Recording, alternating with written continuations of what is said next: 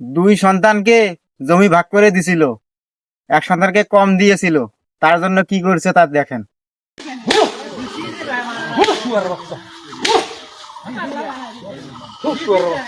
বাবা মারা যাওয়ার আগে তার নিজের সম্পত্তি সন্তানদের মাঝে ভাগ করে দিয়ে যায়।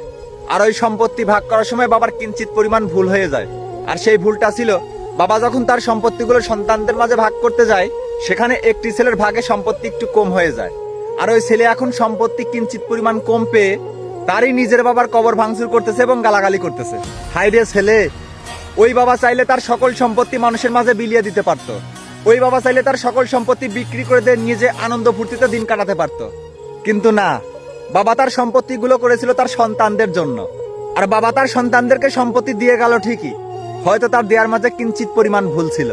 তার মানে এই না যে বাবার কবর ভাঙচুর করতে হবে এবং তাকে গালাগালি করতে হবে। হাইরে কুলাঙ্গার সন্তান, যেই বাবা খেয়ে না খেয়ে তোদেরকে মানুষ করলো, যেই বাবা নিজের সুখ বিসর্জন দিয়ে তোদেরকে বড় করে তুললো, আর সেই বাবার সামান্য একটা ভুলের কারণে লাশ হয়ে কবরে যাওয়ার পরেও একটু শান্তি দিলি না। সবকিছুরই একদিন হিসাব আছে। বাবা তোকে সম্পত্তি কম দেওয়ার কারণে তার শাস্তি অবশ্যই হবে, কিন্তু এখন তোরটা বাকি। তোর কপালেও হয়তো এমনটাই লেখা আছে। তাই সম্পত্তি নিয়ে যারা অহংকার করো তাদেরকে বলছি, তোমরা মারা যাওয়ার পর তোমাদের সম্পত্তি তো দূরের কথা, এই দুনিয়াতে তোমাদের নামটাও থাকবে না।